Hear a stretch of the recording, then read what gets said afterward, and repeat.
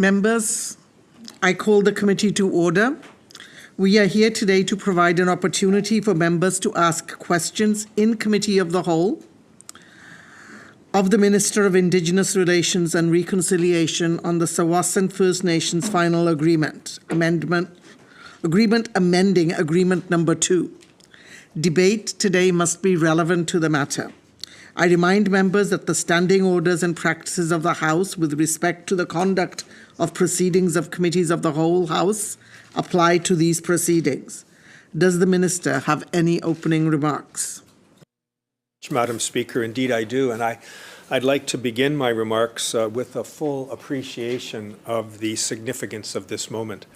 It was exactly 1 week from today the Tsawwassen First Nation will be celebrating their 14th year anniversary of the Tsawwassen First Nation Final Agreement. It came into effect on April 3rd, 2009.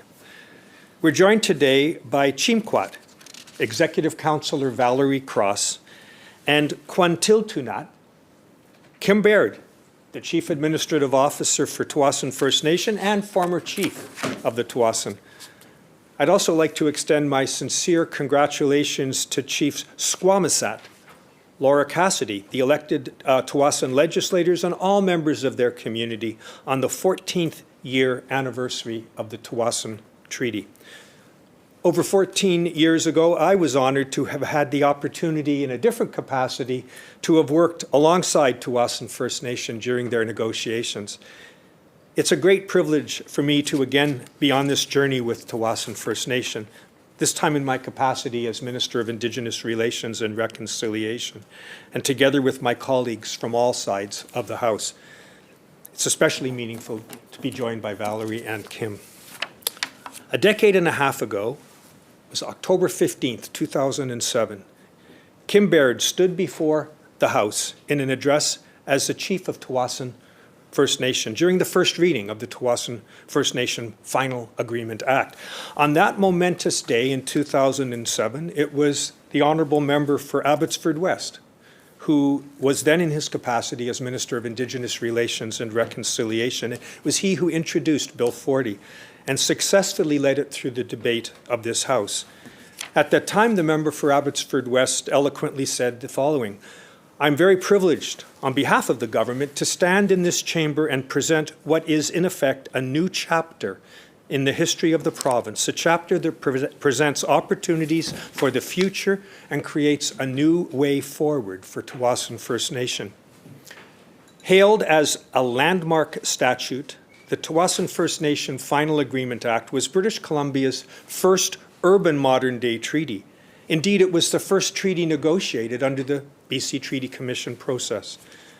So, Mr. Speaker, Madam Speaker, today I feel very privileged now, as I think the member did that day, to be debating this issue. Since April 3rd, 2009, our governments at different times and on different sides of the House have worked in partnership with the Tsawwassen First Nation and the Government of Canada as treaty partners to achieve many, many successes. Today, the members of this House will be engaged in the very work of implementing the treaty that was introduced, debated, and passed on the floor of this House. This is the continued work of realizing the solemn commitment that our government undertook together more than 16 years ago. In her address to the House, Kim Baird spoke powerfully to what the treaty achieved, among which, and importantly, was a new relationship between our government, Tsawwassen, and Canada. She said this: "Our new relationship is a historic feat itself. Today, we are on the cutting edge of true reconciliation." I'm proud to say that we as a province did not stand still. The cutting edge of reconciliation looks very different today than it did on that day in 2007. Today, we regard treaties not as final agreements, but as agreements that body a living relationship between the governments of Canada, British Columbia, and a First Nation. Others have called it a living tree, which of course is analogous to our Constitution as well.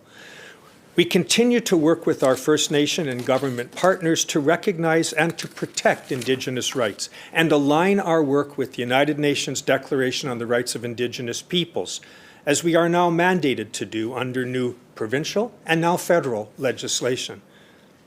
Leaders of the Tsawwassen First Nation, like Chief Laura Cassidy, Kim Baird, and the late Ken Baird, have dedicated the better part of their lives to this treaty. The success of our journey has been in large part driven by their unwavering and indefatigable commitment to their people. The province of British Columbia remains committed to honoring and to strengthening the treaty relationship. It's an honor and privilege to continue this work today, work that began over 3 decades ago when negotiations first began. I hope to be joined by my colleagues from all sides of the House in support of this effort. Now, Motion 29 is before us today, and it reads as follows.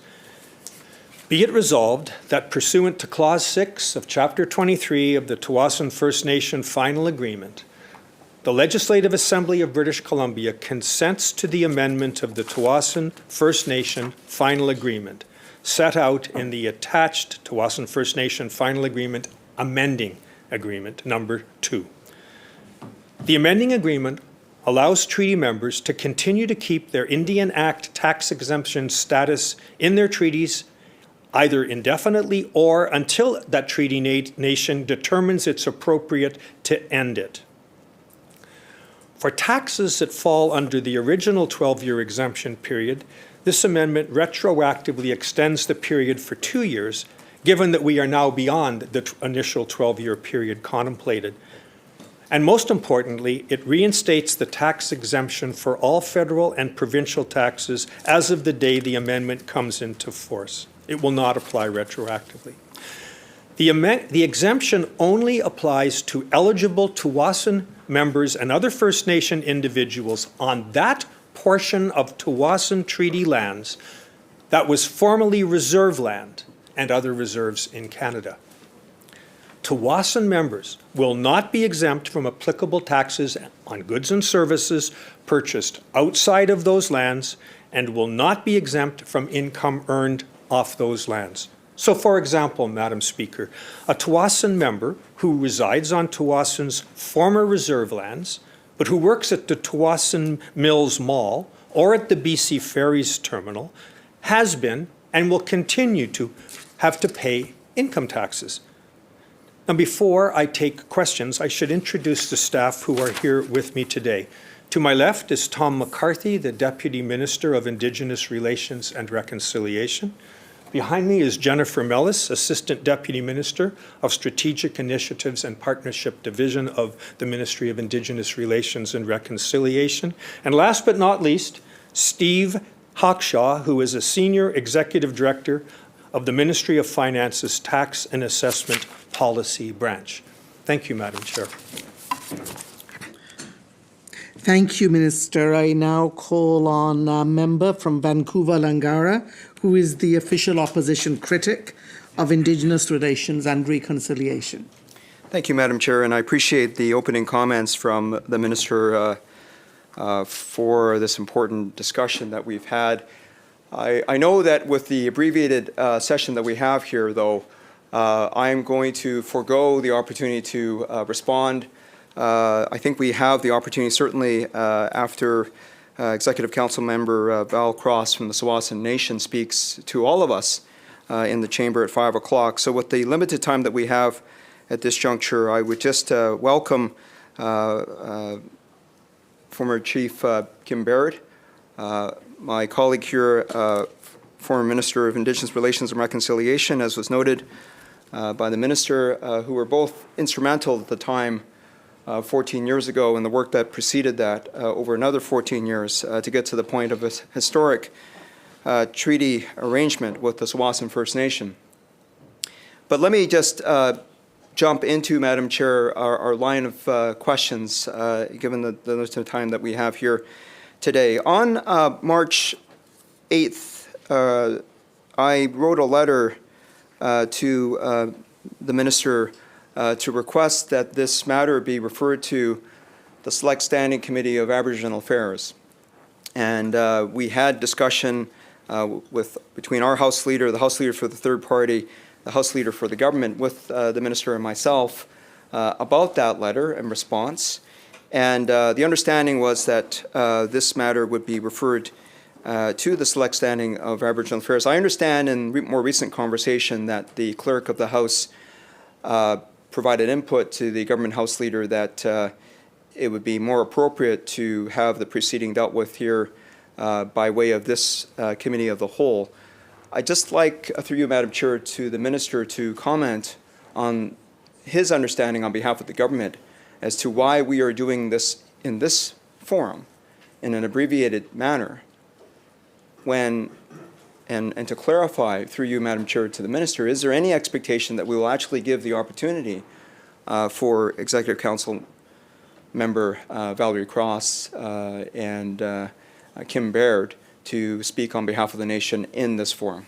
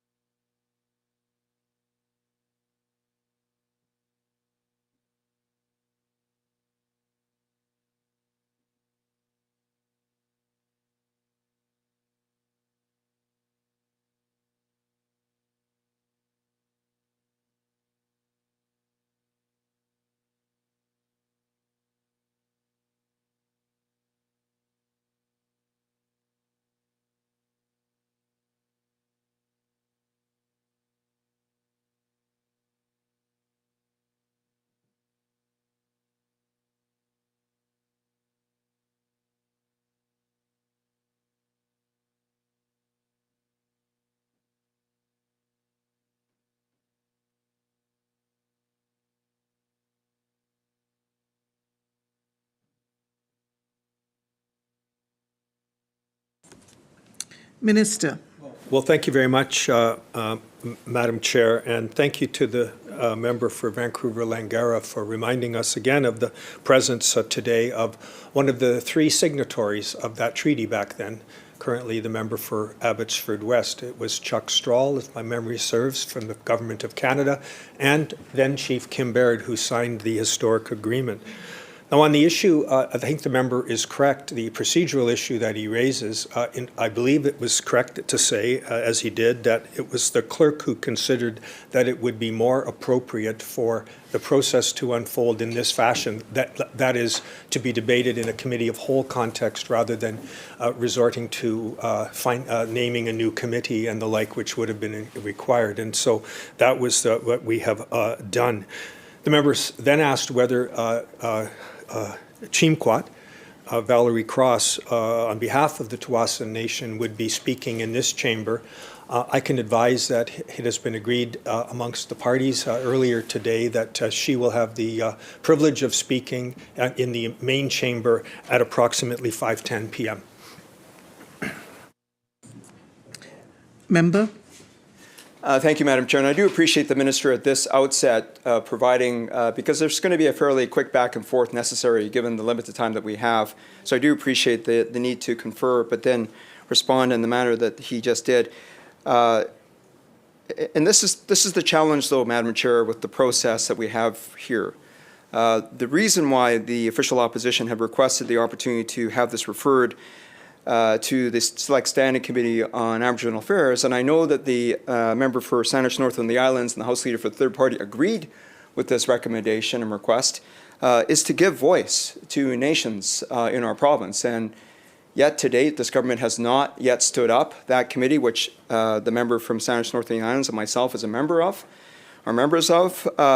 So I hope that we'd have that opportunity to do that. In the absence of that opportunity, we have this curious and regrettable, in my view, situation where we have Chimkwat and former Chief Kim Baird sitting in the observatory gallery for this committee and not having the opportunity to participate in this discussion. That's what I thought we could do. And when you're talking about a three-party agreement for which the Tawasan Nation are a party to, not to mention the federal government, we don't have these parties represented here, at least in voice. And so I will commence to and proceed, Madam Chair, to ask questions about this amendment, recognizing the overall framing of the fiscal framework that the government is working on with First Nations, including the Tsawwassen Nation. But it does raise the question about the process and lack of opportunity to respond. I will just make that as a comment. The minister may choose to respond to that.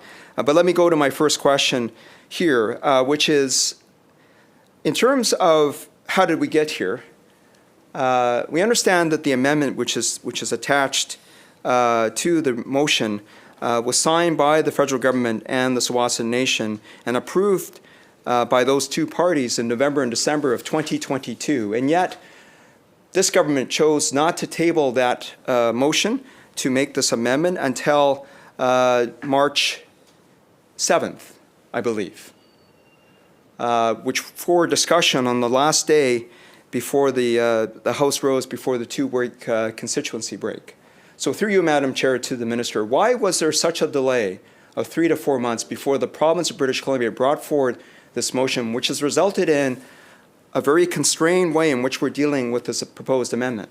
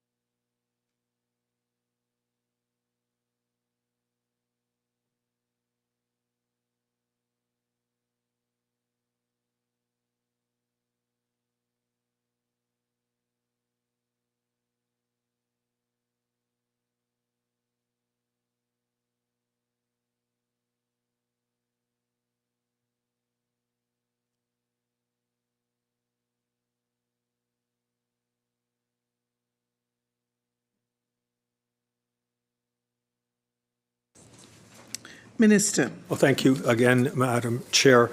Through you to the member for Vancouver-Langara, I note that Ms. Cross, the Speaker of the Tsawwassen Legislature, will have the opportunity, after observing this debate, to say what she wishes during a formal process to which the legislature approved earlier today. So she will have that opportunity. It's not, in my judgment, appropriate for her to be questioned in this House under a process of this kind. As for the delay that the member referenced, of course, there were the Christmas holidays, etc. Our process is different than that of the federal government. It's different than that of the Tsawwassen First Nation. They have already approved it in their respective ways. Our process requires a motion and the legislature to enact that motion. This is, as you noted, number 2. There was number 1. That was an earlier provincial approval for admittedly more technical amendment involving the Tsawwassen final agreement. And it was our view that the legislation, that this process could lead to the same sort of technical motion to approve as was passed, a motion that was passed earlier under the former government, I believe, but was done in a similar process without protracted debate. So it was our judgment that that's what would be seen as sufficient here. However, I appreciate very much the need for accountability and the members' desire for us to have this opportunity for questioning, and that, of course, is why we are here today. Member Vancouver Langara. Thank you, Madam Chair. And I would suggest that as we look at the role of the Select Standing Committee of Aboriginal Affairs, that it is there to create a forum for dialogue with First Nation leaders, and that the opportunity to have discussion and dialogue with representatives of the leadership of the Tsawwassen First Nation is what I had intended, and I believe, again, the House Leader for the third party would support. That's what I'm referring to. It does also avoid the situation where we don't have the proper opportunity to ensure that we have a good understanding, not just for accountability reasons, but also for the public to have a good understanding. I should mention as well that we're joined here at the committee stage by the member from Delta South, who, as a former member of the Delta City Council as well, and his family has had a long history of relationship with the Tsawwassen First Nation peoples. But just as an example of municipal partners and understandings with the surrounding communities around Tsawwassen First Nation lands and territories, that's an important balance and understanding to have that we have when we can have discussion here. The timing, Madam Chair, though, is 5 weeks. And I know that when we also addressed the important move forward to recognize the National Day of Truth and Reconciliation, Bill 2 in this House, in this chamber, that in my view, that was the opportunity for this government to bring forward the motion to approve the amendment that they're doing now. It's now 8 weeks later, 2 months after that first opportunity. And so now we are jammed on time because the Tsawwassen Nation have been waiting for the province to conduct its process. But again, Madam Chair, I'll just proceed to my next question, which is this. We recognize, of course, as I was briefed by the Minister's Deputy, as well as other members of his team, that part of the lead-up to this proposed amendment was certainly the change in federal government policy, which was announced back on July 22nd, 2022, by the Minister of Crown and Indigenous Relations.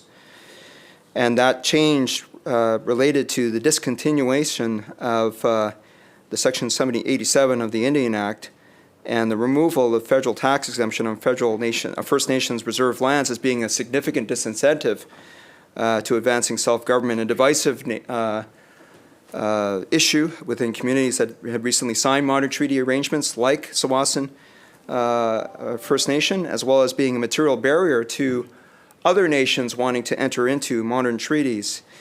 I'd ask through you, Madam Chair, to the Minister, in terms of the provincial government, I know that there's been mention in the 30th anniversary treaty report by the BC Treaty Commission, recognition of that change federally, but also the need to address the provincial policies as it relates to the application of that exemption from Section 87 of the Indian Act. What is the current status of the BC policies in relation to that? And that's the first question. And secondly, in terms of how this amendment came forward to the province, what initiated that change vis-a-vis the Tsawwassen final agreement?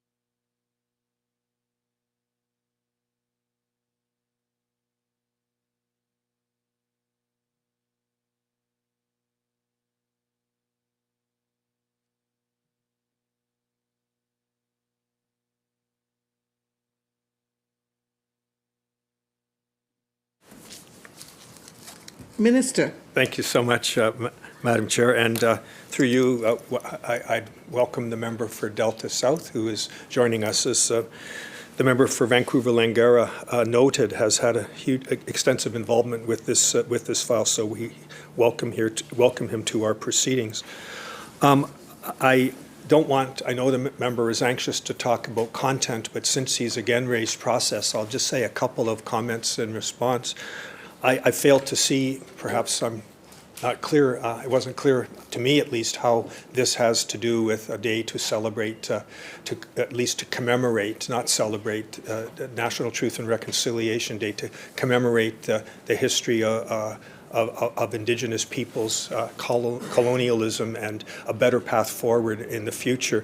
I fail to see how Bill 2, which enacted with unanimous consent that day, as a day of commemoration, is to be linked with a technical amendment of this sort. Perhaps I missed the point.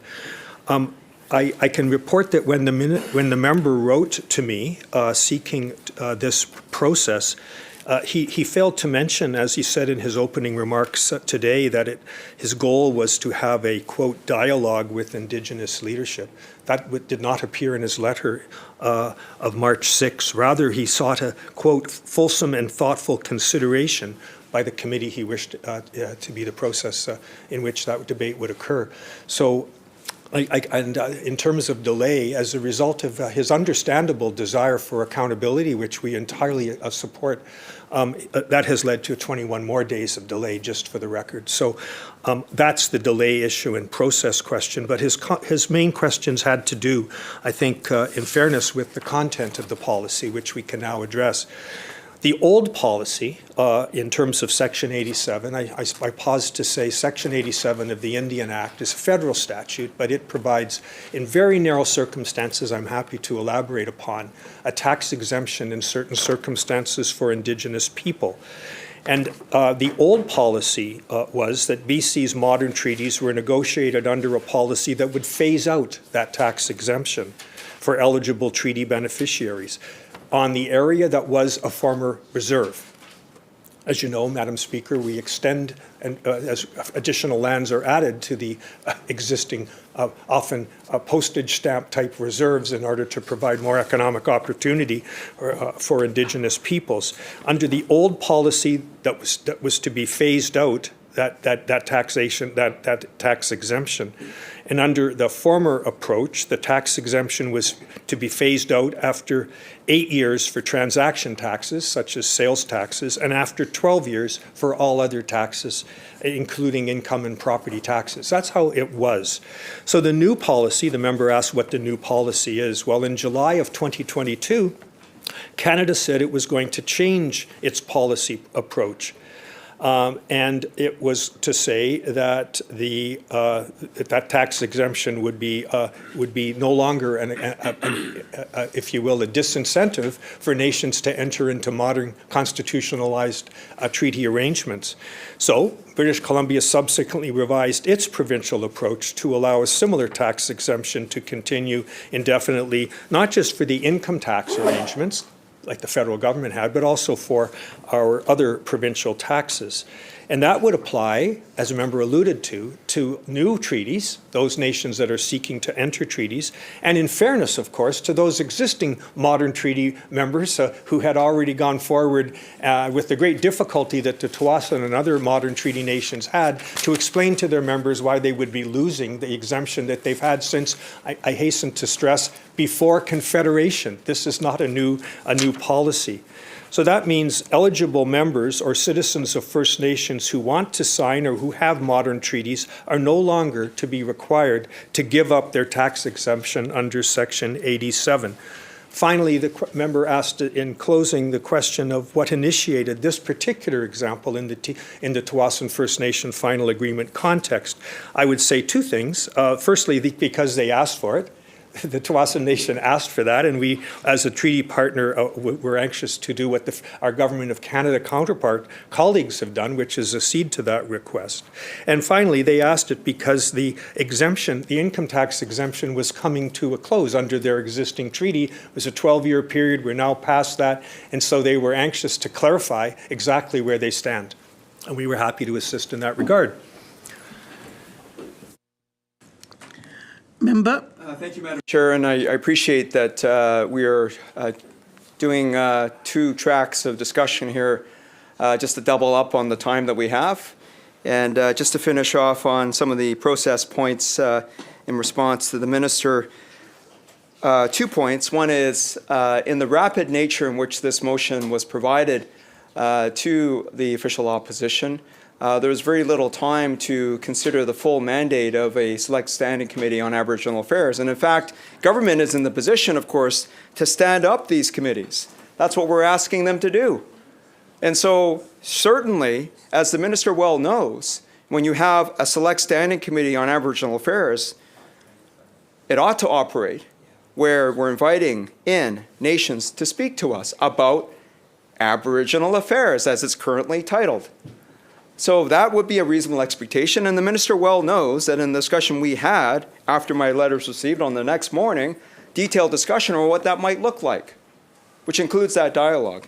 I think in terms of the point that I was making about Bill 2, we've known, we're now into the 6th week of this session, where this government was already itself in committee stage, or second reading stage, debating its own bill, Bill 2. Highly disrespectful to nations, debating their own bill because they didn't have anything else to discuss. My point is, if we're looking at significant legislation, and I view this to be more than just a technical amendment, we're talking about how do we proceed to modernize modern treaty relationships with First Nations like Tsawwassen, like the other 6 modern treaty nations in this province, and the modern treaty nations to come. This sets the table, so to speak, Madam Chair, for that important further work. And so I would have expected, at the very minimum, this government not to delay for 5 weeks while we're sitting in session, so that we are now jammed into what is 90 minutes left in this discussion. And this is often a refrain for members like myself and other critics on this side of the House. But let me just go to the next point. Can I ask through, Madam Chair, to the Minister, what is the government's understanding as to why Tsawwassen First Nation asked for this amendment?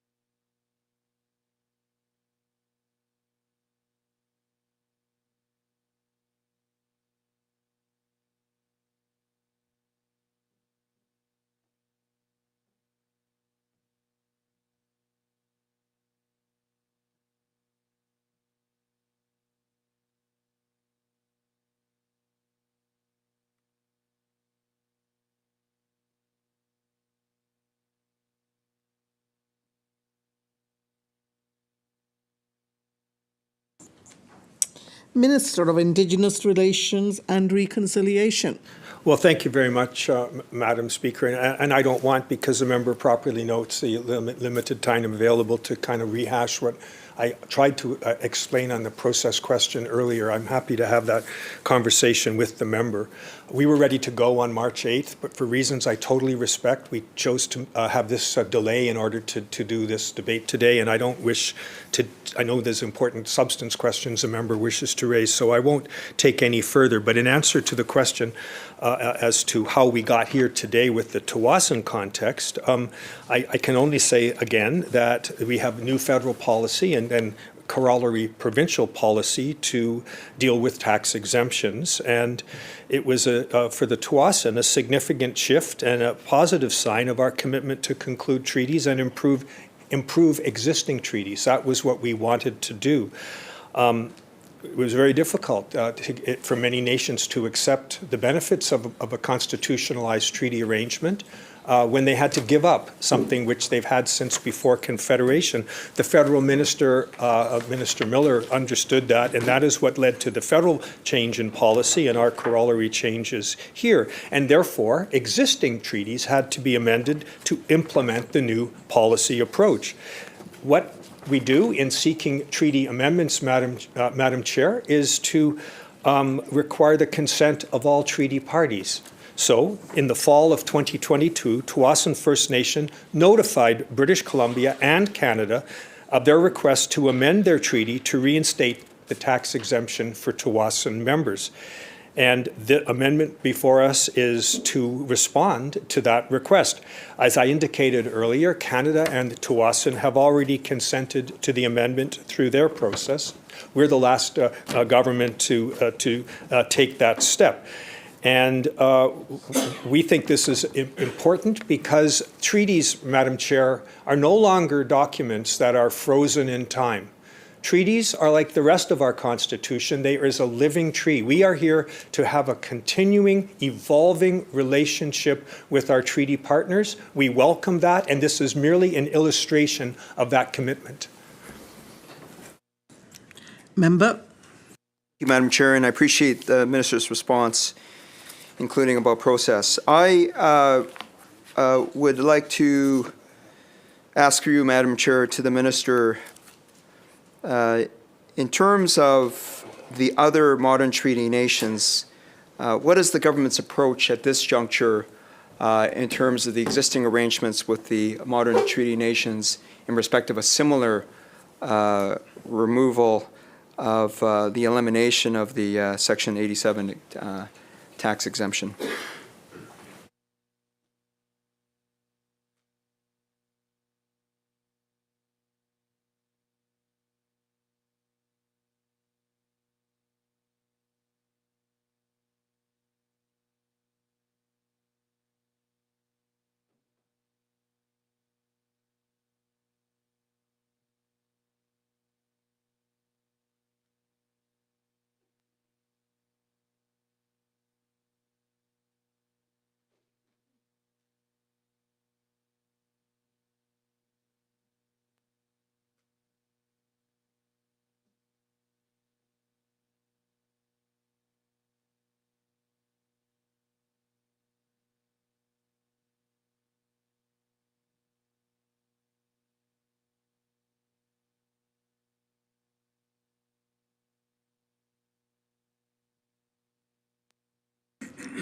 Minister. Thank you very much, Madam Chair. The member asked about other modern treaties. I can advise the member through you that the Maynooth Treaty, a group of nations on Vancouver Island, have formally advised the province and the federal government that they would also wish an exemption of this sort. That is the only formal advice that we have received, formal request that we have received to date. As for the process that one would follow, well, as I said earlier, our provincial process, which is different from the federal one, and of course the Tsawwassen process, is to bring a motion through the Legislative Assembly, which would probably mirror the process that we're currently engaged in.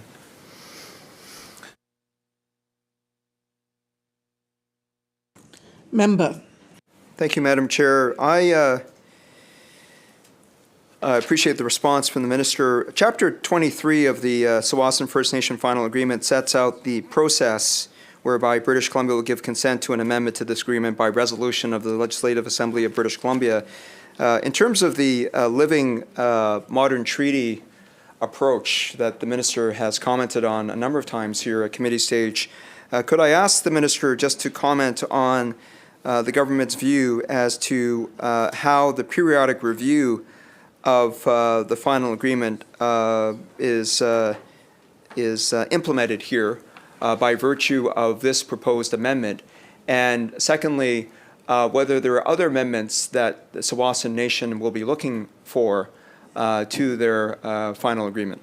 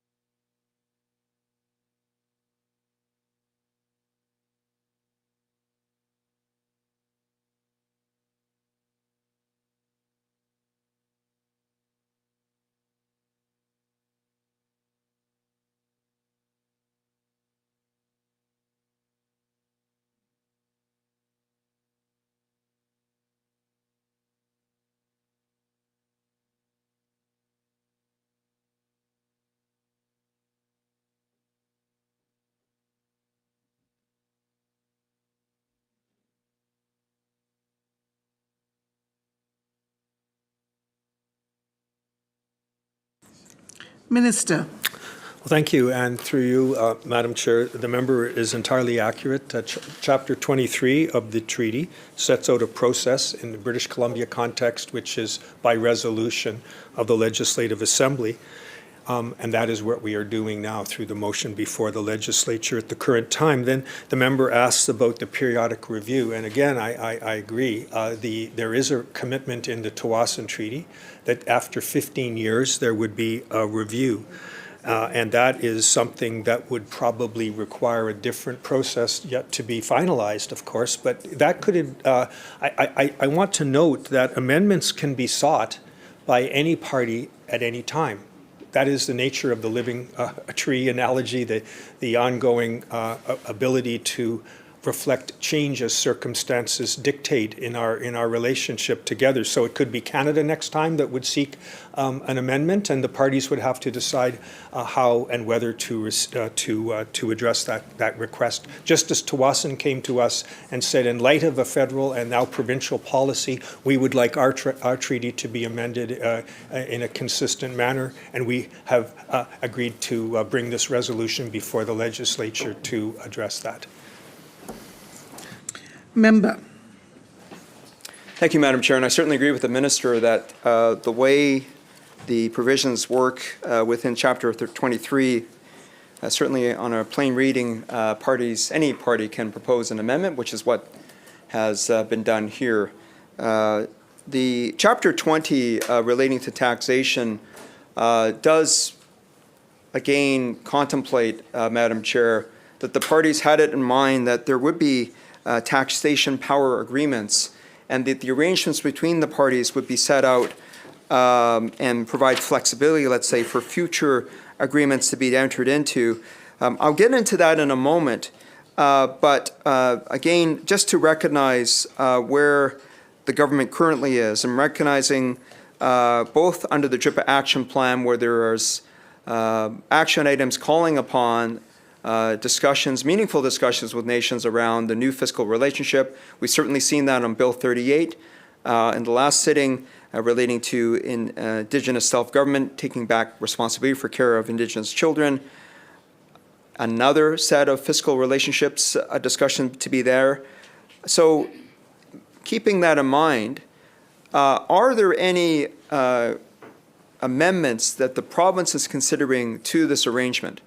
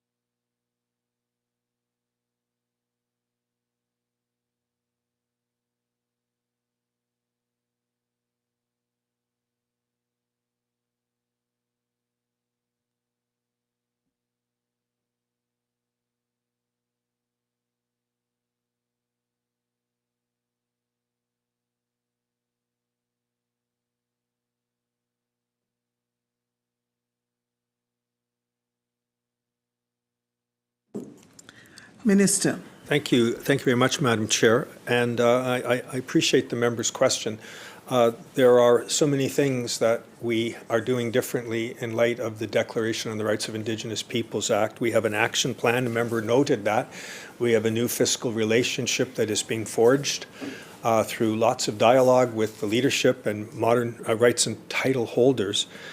This member alluded to children and families. There are a number of places which I think then simply underscores my proposition that we are here to forge a new and a different relationship with our modern treaty partners. And that will lead, no doubt, to treaty amendments that we would, of course, if we accepted to bring forward, bring those proposals to the House at the appropriate time for its consideration. Member. Thank you, Madam Chair, and I do appreciate the thoughtfulness of the Minister's response to recognize, of course, as we all face the rapid nature to need to progress on many fronts, the relationship with First Nations. And so it just demonstrates, Madam Chair, the context under which this amendment is being proposed, recognizing that there may well be further amendments to this Tsawwassen First Nation final agreement to come, not only by requests by the nation themselves, as I do have a general understanding that they are going through their own process, of course, 14 years into this significant undertaking for the nation, the progress that they've made, tremendous economic and otherwise for their peoples, that there is a larger review that I would expect that there will be undergoing, and the partners with the federal and provincial governments here to want to see them be successful in all of that may well lead to further requests for amendments here. And of course, the periodic review, which I should say there is a provision that says that it doesn't automatically lead to amendments, that it is something that as the parties look at the harmonization of the legal and administrative systems with Canada and British Columbia, that there is a wholesome, constructive conversation. But I will note, through you, Madam Chair, to the Minister, in terms of the second part of his response, I would hope that the first part of the discussion we've had here at committee stage will be reflected upon by the Ministry as they look at further amendments to these modern treaties, so that we have the opportunity to have that direct dialogue with nations in the context of a select standing committee on Aboriginal Affairs, particularly when I have an expectation or a sense that those amendments may be of greater interlocked nature, let's say. So I would just note that again to the Minister, and it's the reason why I went at that particular item at length here. I would want to turn back now to Chapter 20, which Of course, these amendments relate specifically to, Madam Chair, which is sections set out in the schedule to the amending agreement, sections 16 through 19 of Chapter 20. So as we parse through that, and the Minister in his introductory comments has already made some comments about the scope of the exemption. I think he used the word limited, his word, not mine, in terms of the way that the exemption was applicable and then it not being applicable coming off. As we look at this subject matter of this exemption, so that this provision will now ensure that that exemption 87 under the Indian Act will continue to apply so long as the Indian Act is in existence. It makes reference to transaction taxes.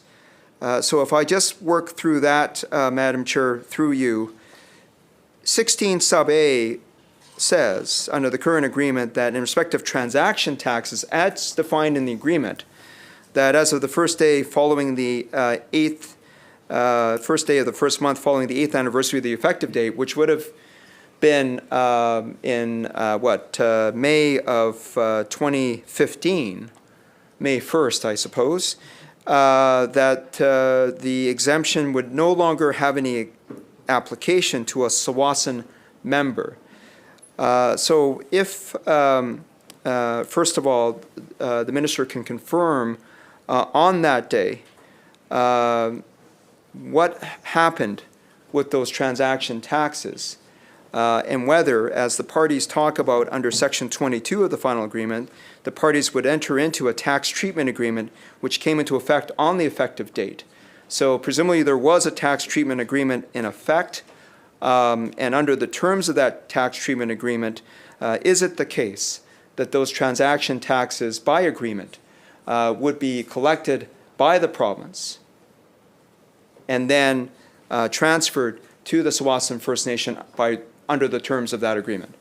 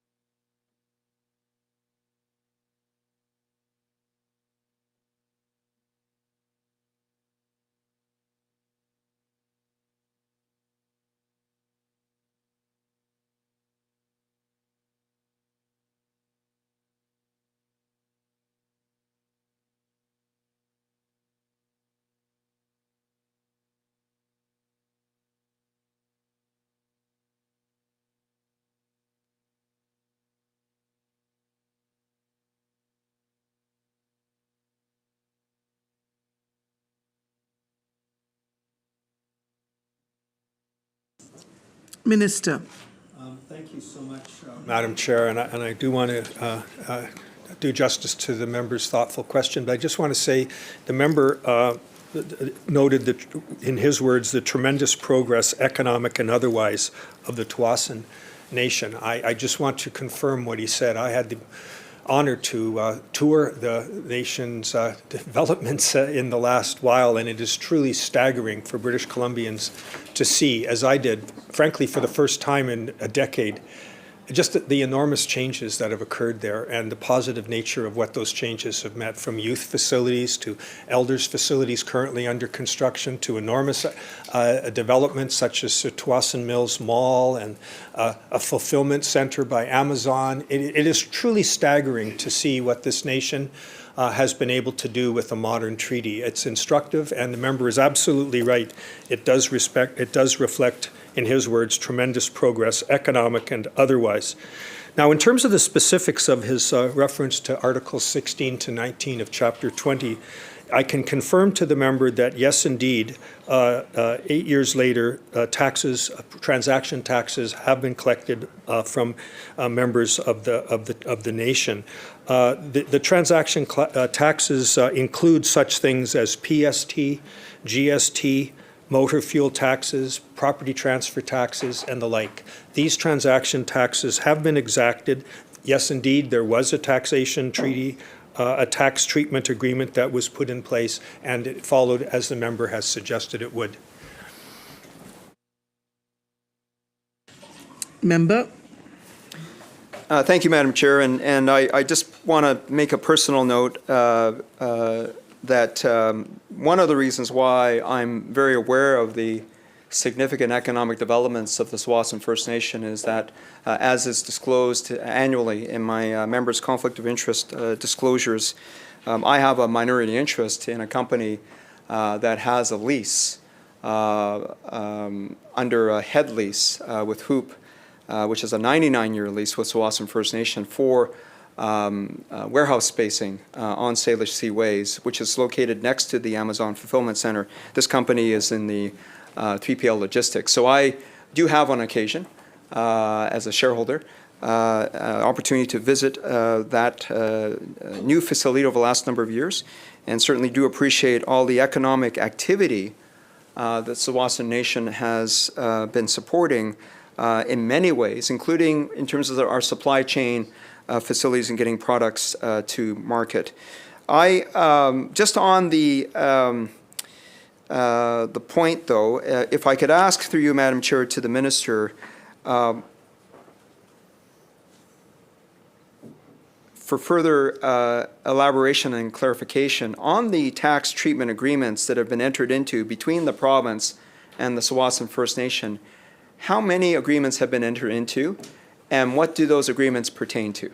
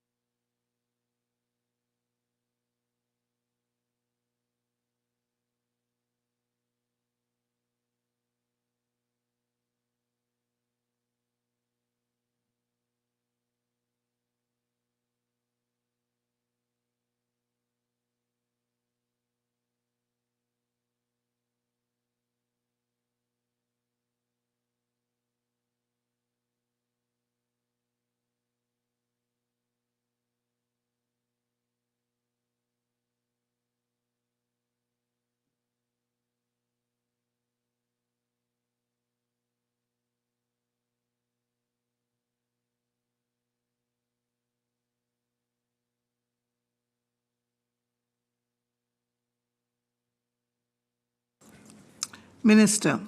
Thank you very much, Madam Chair. I had to ensure that I had my facts right in answering the member's question. I believe that I do. Firstly, the tax treatment agreement the member refers to under Chapter 20 is, of course, an overarching agreement. It's a trilateral agreement, if you will, among the three parties. I can report that there have been 2 amendments to that agreement over the years since it was entered into. In terms of the other questions the member asked, there is a bilateral agreement called the Real Property Tax Coordination Agreement with British Columbia and Tawasin alone. And there are revenue sharing agreements with PST and GST that have been entered into by the government of British Columbia and Canada, respectively. Member? I'm just going to ask one more question before turning it over to my colleague, the member for Abbotsford West, who will have some follow-on questions in this area. But through you, Madam Chair, to the Minister, in view of these agreements, including with the federal government, can the Minister share with this committee the quantum of taxes on an annual basis that is collected from members of Tsawwassen First Nation? And then secondly, what is the amount that is transferred to the Tsawwassen First Nation in these categories of taxes?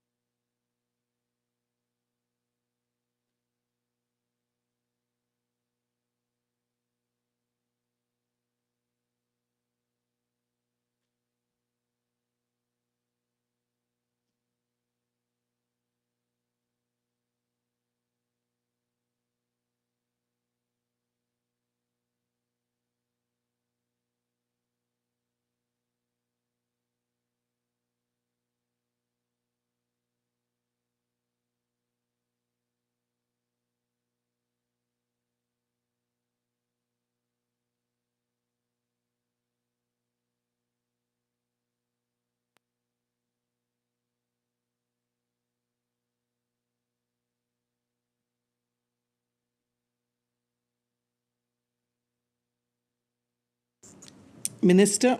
Thank you very much, and thank you to the member for the question. The quantum of taxes collected annually is a figure that is very small, and it's one I cannot report with accuracy because of privacy concerns. The reason for that, Madam Speaker, is because the population is so small, to disclose that kind of information could lead to an unreasonable invasion of an individual's privacy. That is the advice that the government has received on that matter.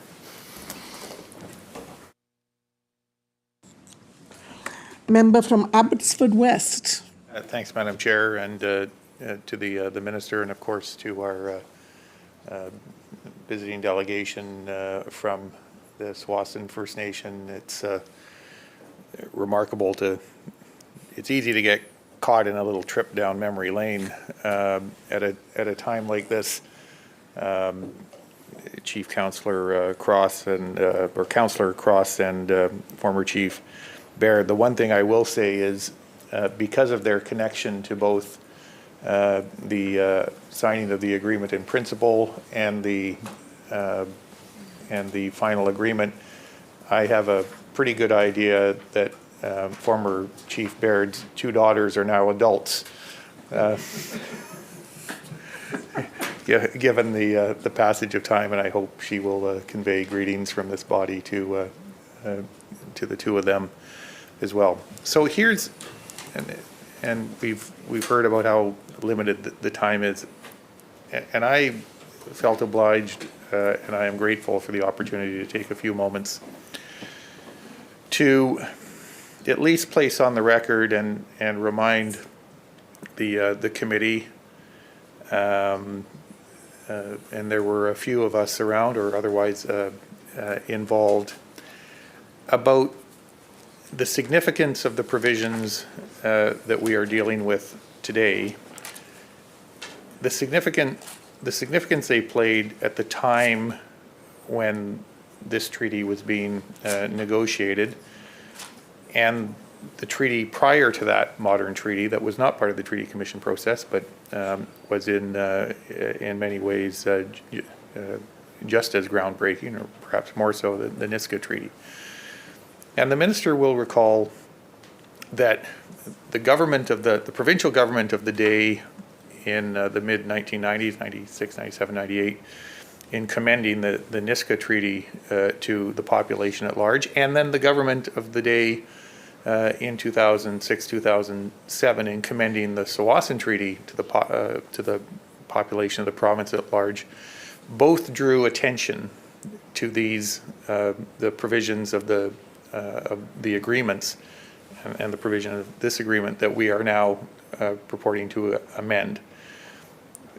Both governments saw attached an importance to conveying to the broader population the fact that these tax exemptions were going to, over a period of time, lapse, and a different regime would be in place. And so I want to,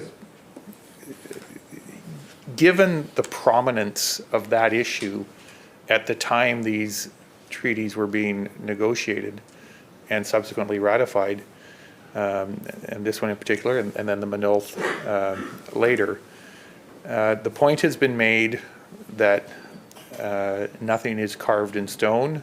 The agreements include a mechanism for making changes, but these are, for those who were around at the time, these are, I would suggest, significant changes.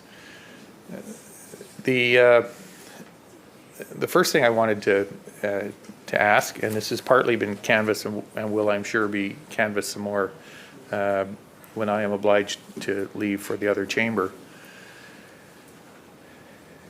To the minister's mind, does this represent, in the case of the Tsawwassen final agreement, a improved taxation treatment for the Tsawwassen First Nation and the members of the Tsawwassen First Nation, such that it would trigger the reopening provisions of either the Niska or the other modern day treaties that include those kinds of reopening provisions?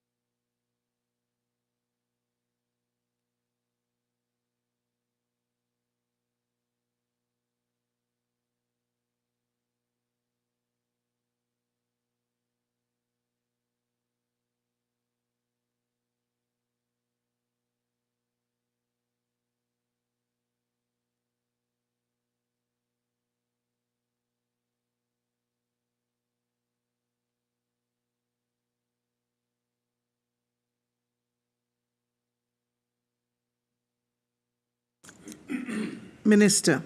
Well, thank you, and I'd like to welcome the member for Abbotsford West to the debate. And before I do, I'd like to salute him through you for his leadership. It was much harder in 2007 to bring in a modern treaty, the first of its kind under the modern treaty process in the context of an urban environment, which is very different than the Niska Treaty that preceded it, which was not part of the BC Treaty Commission process. So I just, through you, want to acknowledge that leadership that got us to this point. I actually think, given the public concern for Indigenous relations in 2023, it's a very, very different environment, a very different environment. And so I just need that record to show that I very much respect how we got here. And as the member said, the treaty is not carved in stone, to use his words, that there are mechanisms for change that it contemplates. Perhaps my wording would be that it is a living relationship, a shifting relationship. And I don't, with respect, see it any differently than the relationship that Canada has with British Columbia or any other province, that the relationship is one that's constantly in flux, as courts tell us different things about the Constitution, or as we involve ourselves in debates of different kinds and agreements of different kinds. I think the member would agree with me that things will evolve, and that, we think, is exactly what the world will look like after our commitment unanimously in the legislature to the Declaration of the Rights of Indigenous Peoples Act. I think there's a recognition that we are in that same kind of fluid relationship, and modern treaties such as the Tsawwassen and others are going to reflect that reality, and should. Member from Abbotsford West. Thanks, Honourable Chair, and to the Minister for the kind words. And I suppose former Chief Baird would agree if I pointed out that another individual who played a significant role in pushing this final agreement across the finish line is no longer with us, and that was the Federal Minister Jim Prentice, who faced a different challenge in his the world he inhabited. And I can't remember if the minister was part of the federal parliament in those days or not, but I don't think he was. Well, look, I'll keep the question simple.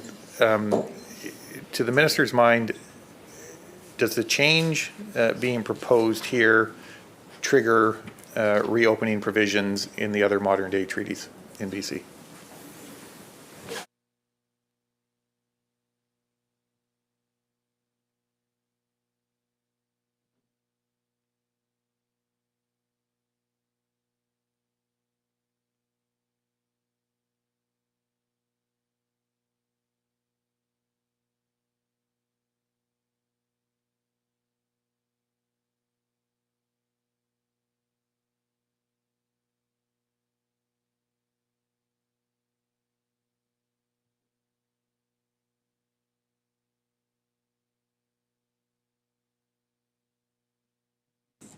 Minister. Thank you. The member's question was, does this change, in my view, trigger a reopening of provisions in other treaties? I'm not entirely sure what the member is referring to in the use of the word reopening. I'll say again that modern treaties, every one that I'm aware of, has the ability for changes to be sought by any of the treaty partners from time to time. There's a process in the Tsawwassen Treaty, as we've described earlier, after 15 years for perhaps a more comprehensive review. And as a member properly said, member from Vancouver-Langara noted, it doesn't necessarily require an amendment, but there'd be perhaps changes that would occur as a result of that mandatory dialogue. But we have received, as I noted, one request from one modern treaty partner, the Maynooth, for a change in response to this federal and provincial policy shift, and we may well get others. Member. Thanks, Honourable Chair. I don't want to put too fine a point on this, but in, for example, the Niska Treaty, there are certain provisions, and I'm relying on my memory of that document as well. Because these are early treaties, the concern, as I think the Minister will appreciate on the part of the First Nations that were signing them, was that they might agree to terms and lock into terms that 10 years down the road weren't as favorable as terms that were negotiated in later treaties. And for that reason, built into their agreements, the right to assume those more favorable terms. The Minister is describing an amending procedure, which I understand, and I think the Minister has made it clear that he accepts that this may, a First Nation that sought to amend would probably receive, along these lines, would probably receive a favorable hearing. My question is slightly different though, and that is that under some of these treaties, there will be an entitlement. There will be an entitlement to have these changes incorporated into their agreement because they represent more favorable tax treatment.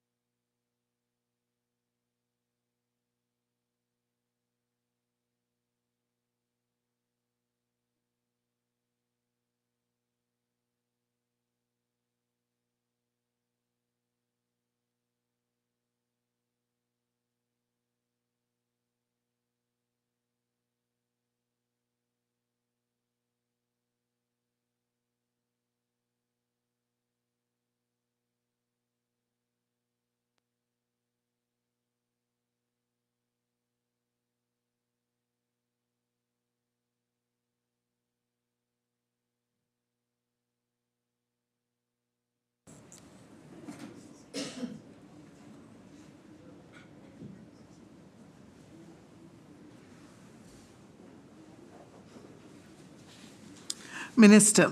Thank you very much, Madam Chair. I think I can say that this amendment before us today is not relevant to any so-called catch-up provisions that might exist in other treaties for other purposes. I can say very clearly that if a nation, a modern treaty nation, wants to avail themselves of the policy change that has been made, they have the opportunity to bring that to our attention for consideration. And that is, of course, what we've done in this context, but we may do in others as well.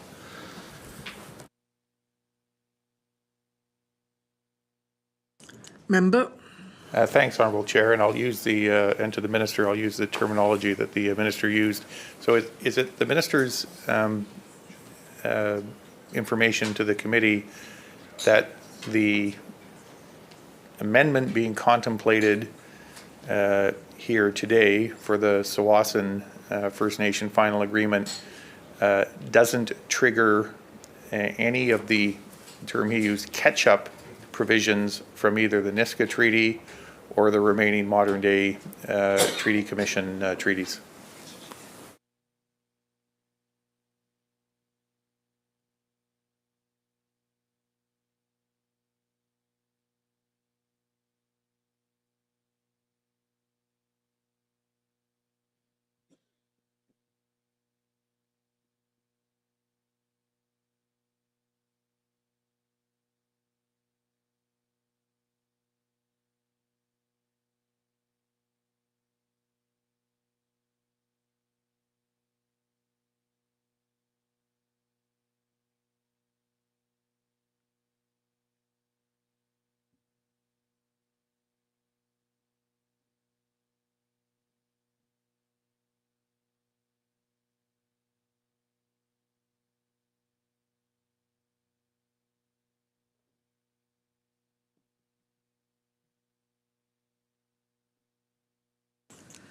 Minister. Thank you very much, Madam Chair. And I appreciate the member's question, now that I understand more what he was getting at.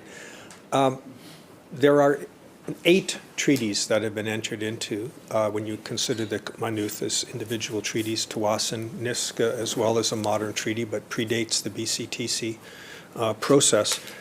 I can through you advise that we don't know because this debate was to be limited through your ruling to that which occurs in the Tsawwassen context. We have not had occasion to look at those other 7 treaties to see if there's anything of the sort. But what I can report, and I repeat, is that the opportunity to bring a request for an amendment in light of the new policies to the government is open to any and all of those treaty members, those modern treaty adherents. Member. Thanks, Honourable Chair. Okay. Practically, I think what the committee can take from the conversation is that the government of British Columbia would look favorably upon any additional treaty First Nation that, including the Niska, that brought a request for a similar amendment to their treaty. And if I'm mistaken, the Minister can tell me so, but that's the impression. I think he intends to leave and certainly has left with me that it would be favorably entertained by the government. I will say this, and it is not meant to be disrespectful, but I really would have thought that being a party to agreements that include catch-up provisions, someone would have done that analysis. It's not like we change these. Yes, they are living, breathing documents, slightly less difficult to amend than our Canadian Constitution, thank goodness. But I would have thought there is a difference between a right to bring a request for an amendment and a final agreement right to a catch-up provision. And I would have thought someone would have done that analysis to determine which category this falls into. Now, I've said that, and there are two additional things I wanted to follow up on. My colleague from Vancouver Langara asked about the quantification, and the minister, I think on the strength of advice that he received, was hesitant to go beyond describing the amount as relatively small, and we may have different notions of what relatively small is and the limitations he is under, and the taxation department is always very cautious about that. But whether it's the process described by the minister or the a catch-up entitlement under the other treaties, what I think we've established in this discussion is that this change is likely to apply, and the government's already received notice from 5 other First Nations. I don't think it's inappropriate for the committee to ask of the minister for a quantification of what's involved here. At least a rough estimate. And I will say this again with the greatest respect. The idea that somehow individual taxpayers are going to be identified by providing a global figure on PST, GST, motor fuel taxes, and property transfer tax, well, that's hogwash. I can't identify a taxpayer on the basis of PST or GST or motor fuel. How the heck am I identifying individual taxpayers? The government is commending to the House an amendment that impacts the collection of taxation revenue. I presume 2 levels of quantification have taken place from the Treasury branch and taxation branch. One is the implications for the Tsawwassen First Nation, and secondly, what the implications are for the broader group who either by a request for an amendment or through a catch-up provision will be entitled to the same treatment. And so I'll repeat the question for my colleague. What is that quantification?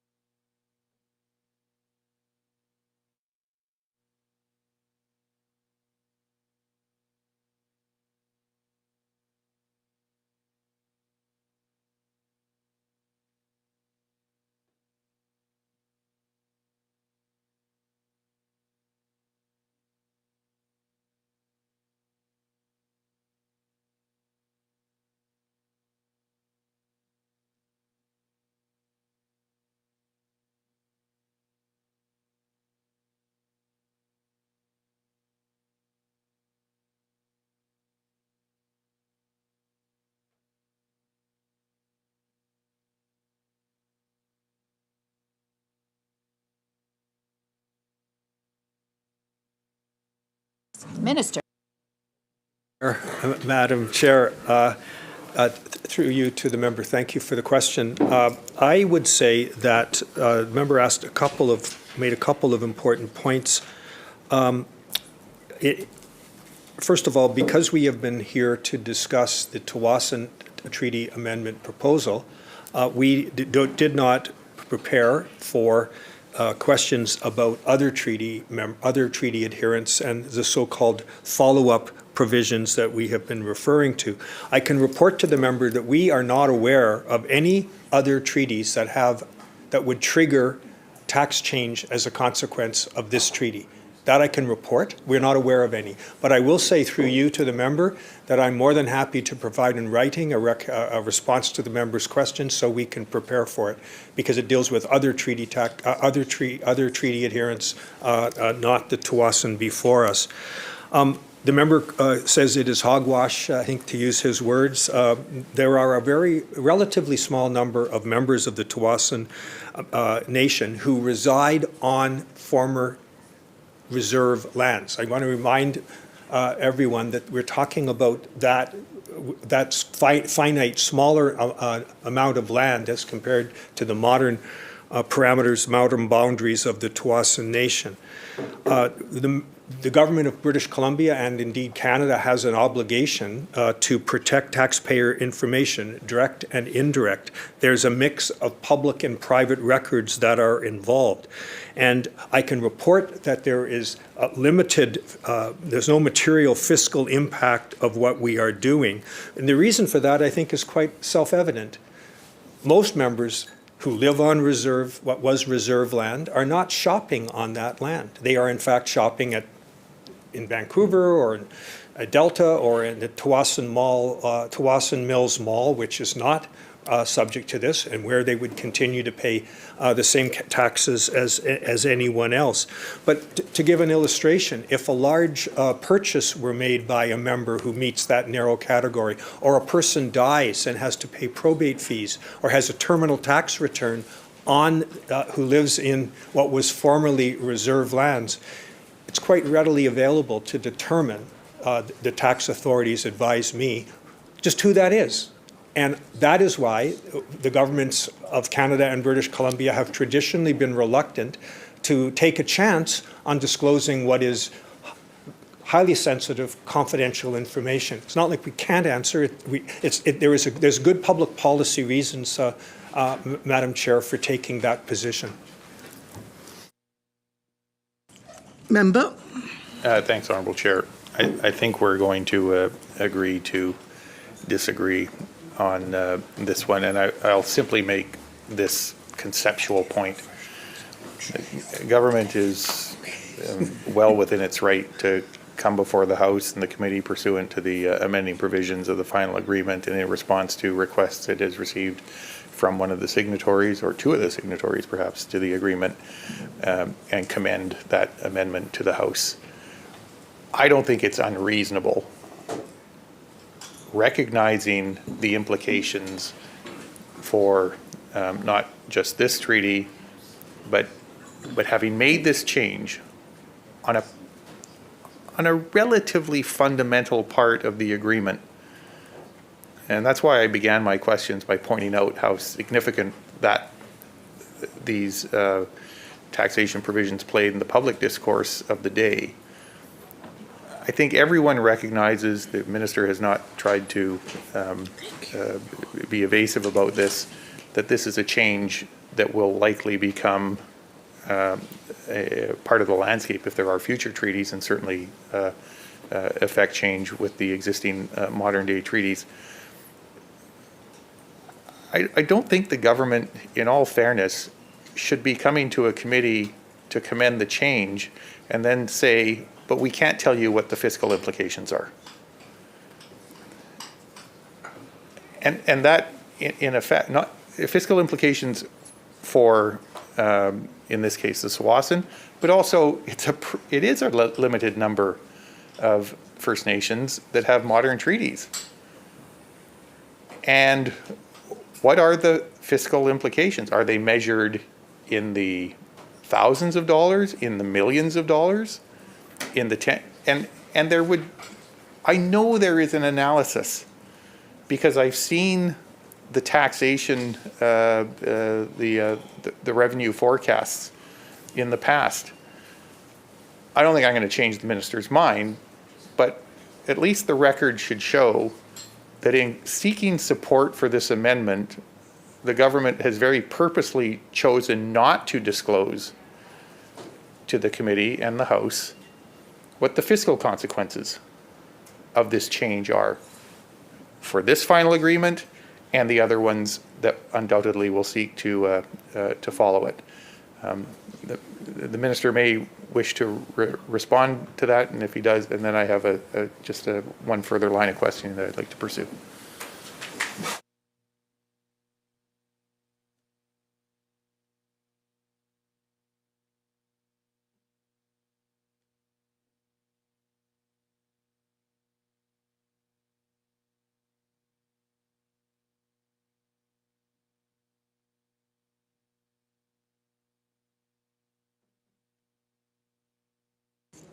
Minister. Thank you, and thank you to the member for that question. I think it's, with respect, unfair to suggest that I'm not telling the committee what the fiscal arrangements are. I have said and will repeat that they are negligible, they are immaterial. The fiscal consequences of reinstating the tax exemption for Tsawwassen members are expected to be negligible since the exemption has such limited application. I'll repeat, it only applies to those eligible members who live on the portion of treaty lands that were part of the reserve. And effectively, the amendment recreates the pre-treaty tax exemption status.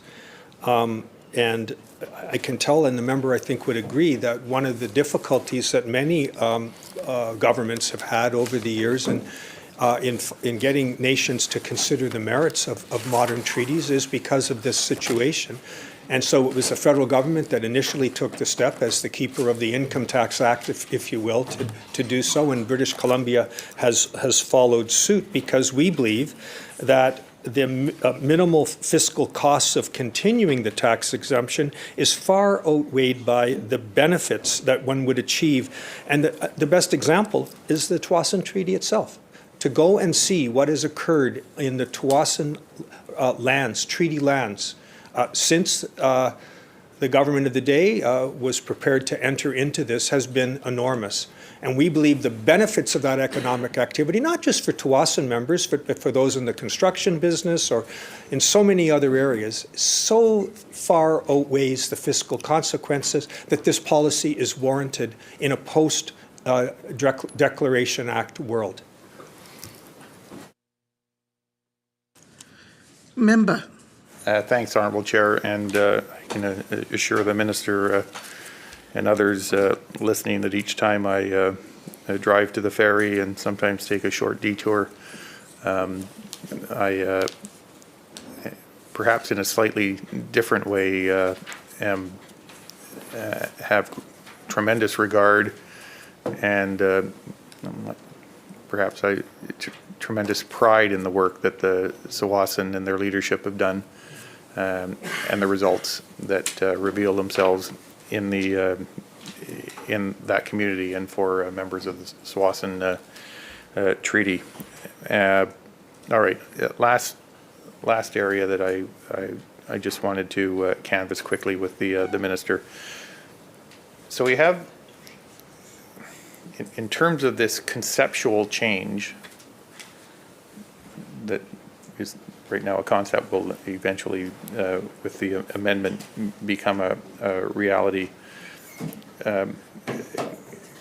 The tax exemption, the old Indian Act tax exemption, will be reinstated, and taxes that were collected or entitled to be collected, and then my recollection under the taxation agreements that were subsequently signed, a portion, or in some cases all of those taxes reverted, were transferred back to the First Nation, in this case the Tsawwassen First Nation. So the first question is for the minister to verify that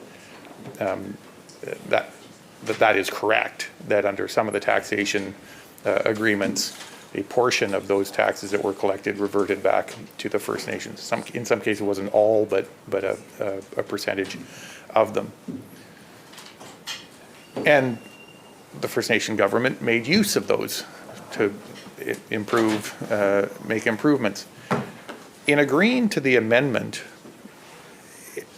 what assurance has the minister secured, and what assurance can he give to the committee that after ratifying the amendment, a future First Nation government wouldn't come to the government and say, aha, but we no longer get that revenue. That's revenue that we were relying upon pursuant to the taxation agreement that we no longer receive. What are you going to do about that, government? And I see the minister nodding, so he gets my point that where's the assurance that it's not a have your cake and eat it too situation where on the one hand, and we have to think about these things not just in terms of the governments that are in place today, but governments that might come along federally, provincially, and for the First Nation down the road, who might say, well, we used to under our taxation agreement receive X number of dollars. We're not anymore because the exemption has been reinstated. We expect you to make good on that lost revenue, provincial government or federal government, I suppose, as well.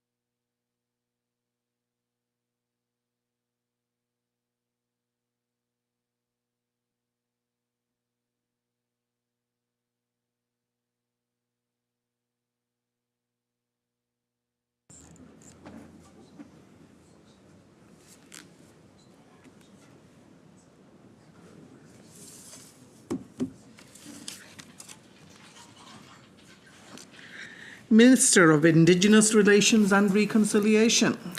Thank you, Madam Chair. I want to commend the member for a thoughtful question again. And I would start by saying that this is premised on self-determination. That is, the Tsawwassen government now has come and asked us to make this change, and indeed a future government may change its mind, as the member contemplated.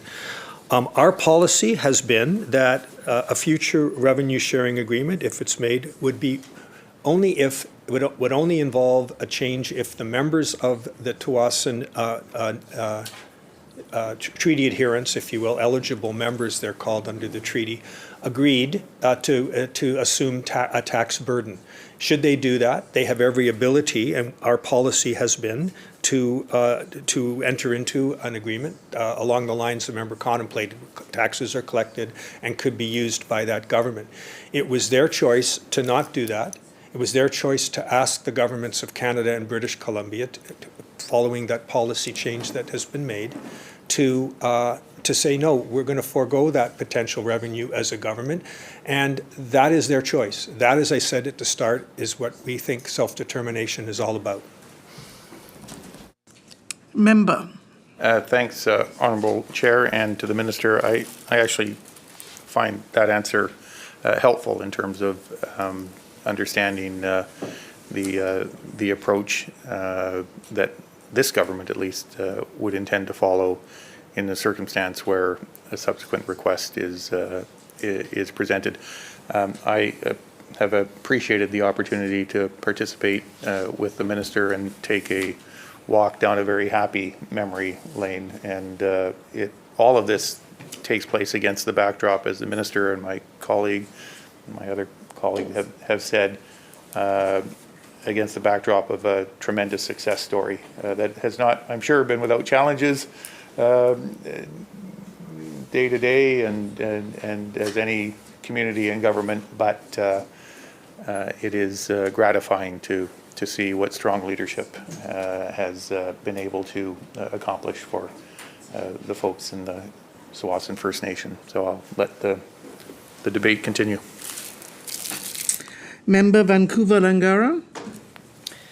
Thank you, Madam Chair, and I appreciate the participation by friend and colleague, the member from Abbotsford West, and certainly to reflect on the progress that's been made under this treaty arrangement and what can come.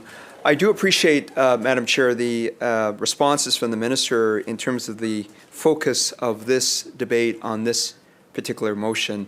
But again, the reason why I asked for this to have a larger review with the Select Standing Committee on Aboriginal Affairs is because we could canvass the related points in the way that myself and the member from Abbotsford West has been doing here. I do think it's important to understand the scope of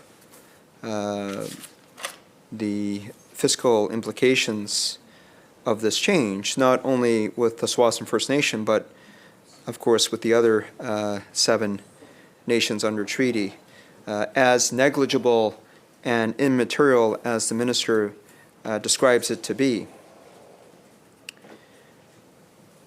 When I come back to the overall framing of the fiscal framework discussion, that is another matter, Madam Chair, of consideration, as I've mentioned throughout here on committee in the last 18 minutes that we have left here.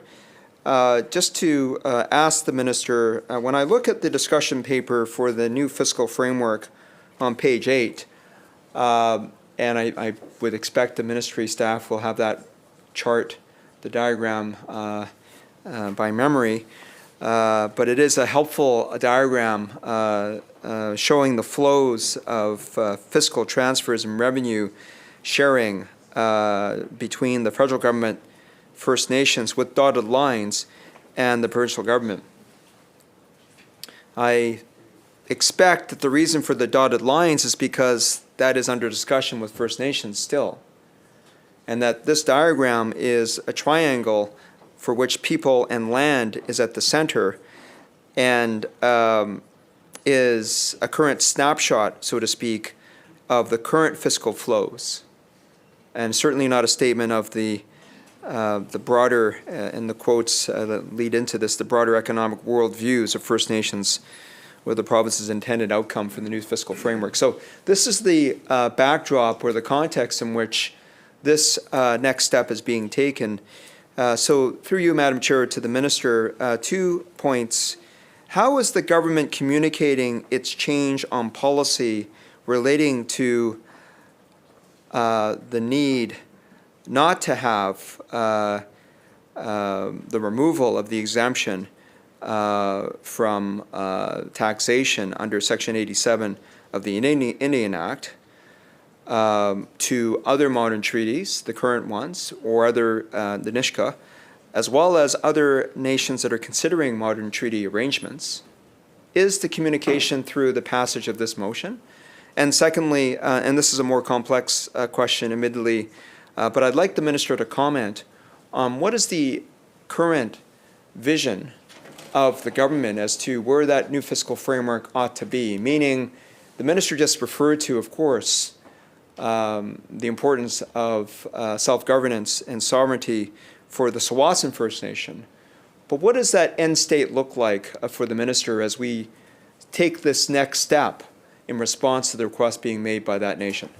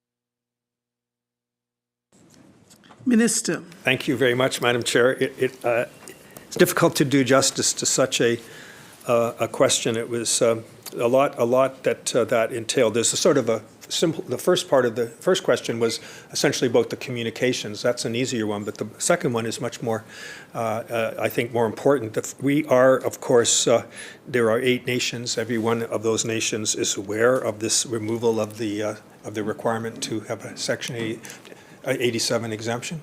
I got that right?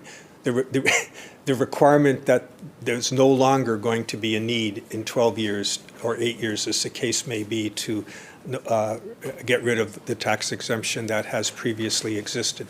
How are we communicating that with modern nations? We have a modern treaty alliance with whom we meet regularly, and I can assure the member that this will be well and truly within that conversation that will occur. And he then raises the, I think, equally important point about those nations with whom we are currently negotiating modern treaties.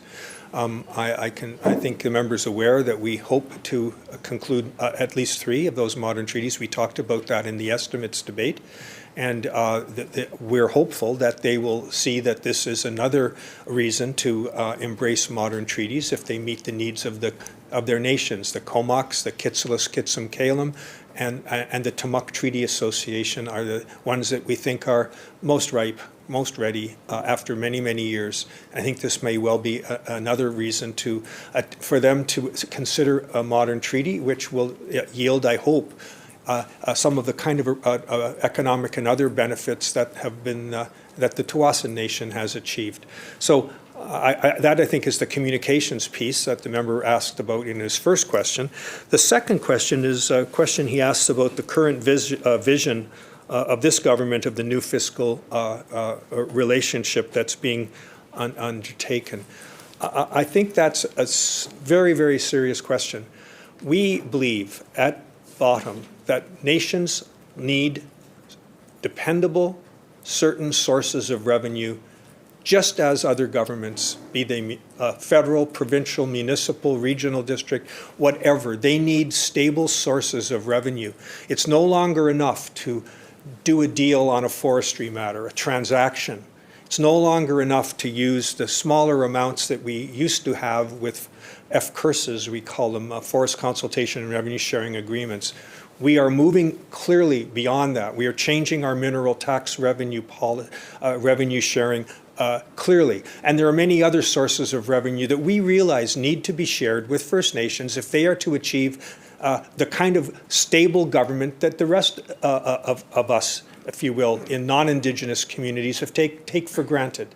So that is what the premise is, that is what the objective is of the new fiscal arrangement. Taxation will certainly be a part of that conversation. We haven't come to that yet, but we are very much engaged in trying to change the way in which Indigenous governments work in this province. It's a very fruitful discussion, and it's one that I'm very proud our government is leading. Member. And I do recognize, of course, in that discussion, and this is the reason why there's a discussion paper, of course, that we need to hear from the First Nations themselves as to what this new relationship, new model must look like. I would say that there's recognition in the new fiscal framework as well that there is recognition, of course, under UNDRIP, under the rights of Indigenous peoples to self-determination and self-government, to maintain their economic structures and systems, to freely engage in economic activities for economic development, to own, use, and develop their lands and resources, and to redress and compensation. So these are the important elements for which this framework is based upon, as I look at the context in which the new fiscal framework that this government is bringing forward in discussion with First Nations. So I'd ask through you, Madam Chair, to the Minister for a quick comment about the recognition of First Nations to their economic livelihood under UNDRIP, and that is the necessity for them to freely be able to develop and use their lands and resources for the purpose of economic development for their peoples.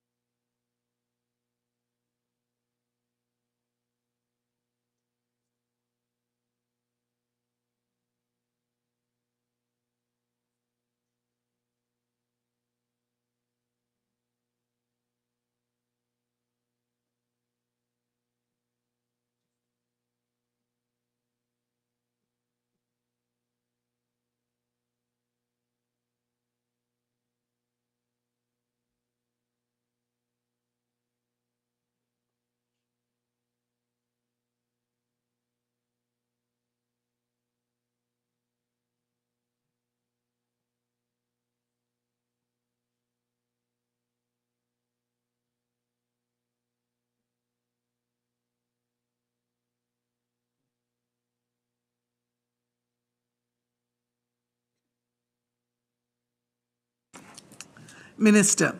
Well, thank you, Madam Chair, and I thank the member for putting on the table at this juncture of the discussion the alignment with the UN Declaration of the Rights of Indigenous Peoples. I think that's very thoughtful. Articles 3 and 4 recognize the right to self-determination, autonomy, and self-government.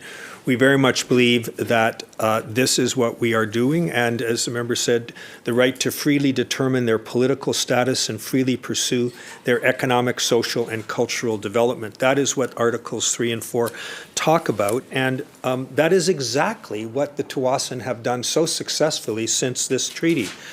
I think that the wealth that they have created, the ability, frankly, to get out from under the shackles of the Indian Act has to be acknowledged. They are self-determining. They make decisions not that are made in Ottawa, but that are made in Tsawwassen itself to change their future. And just to think about the agreements that they've entered into, servicing agreements, agreements with the municipality, agreements with the private sector galore.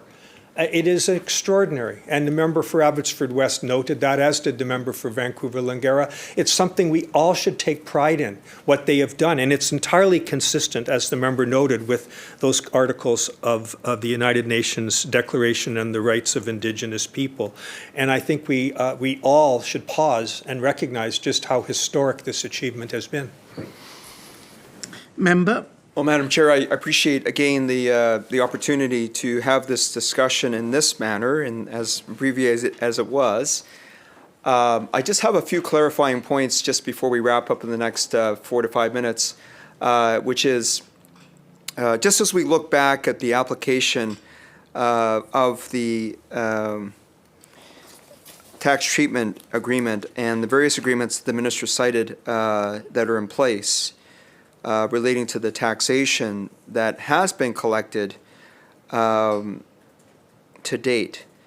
Could I just ask the minister to reconfirm that when we look at those agreements against the subsections of Section 87 of the Indian Act, including, as the minister referred to, succession duty, inheritance tax, estate duty, I do appreciate that for some members of Tsawwassen Nation that is something of consideration, currently even in terms of their own planning, but also in terms of any property transfer as well tax owing.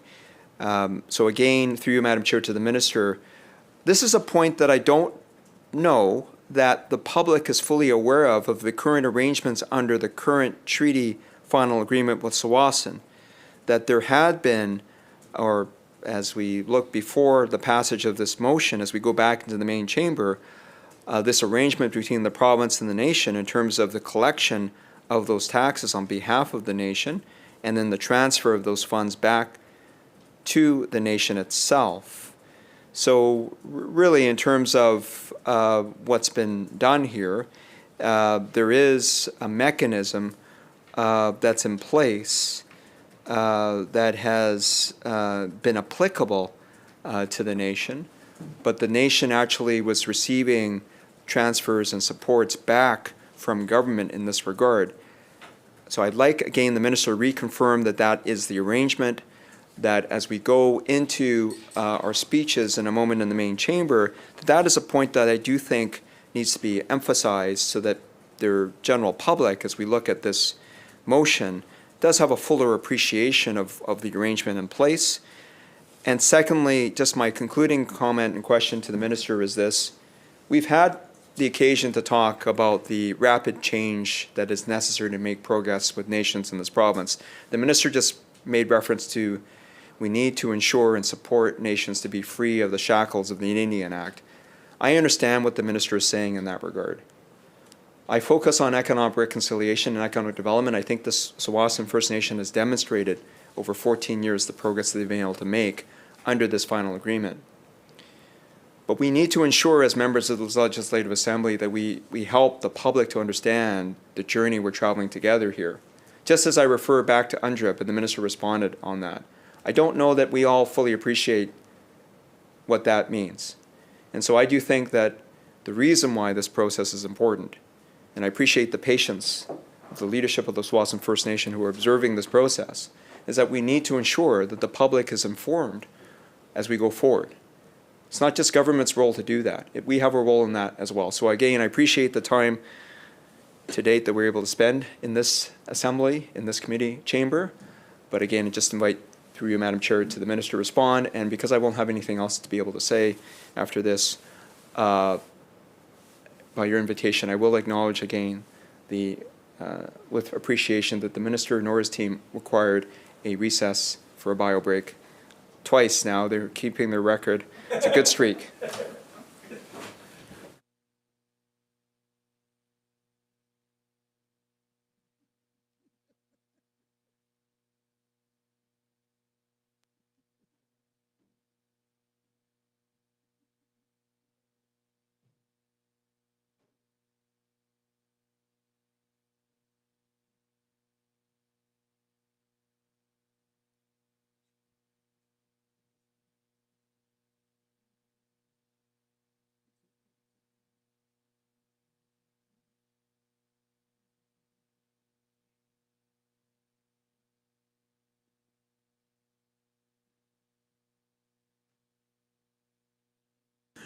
Minister.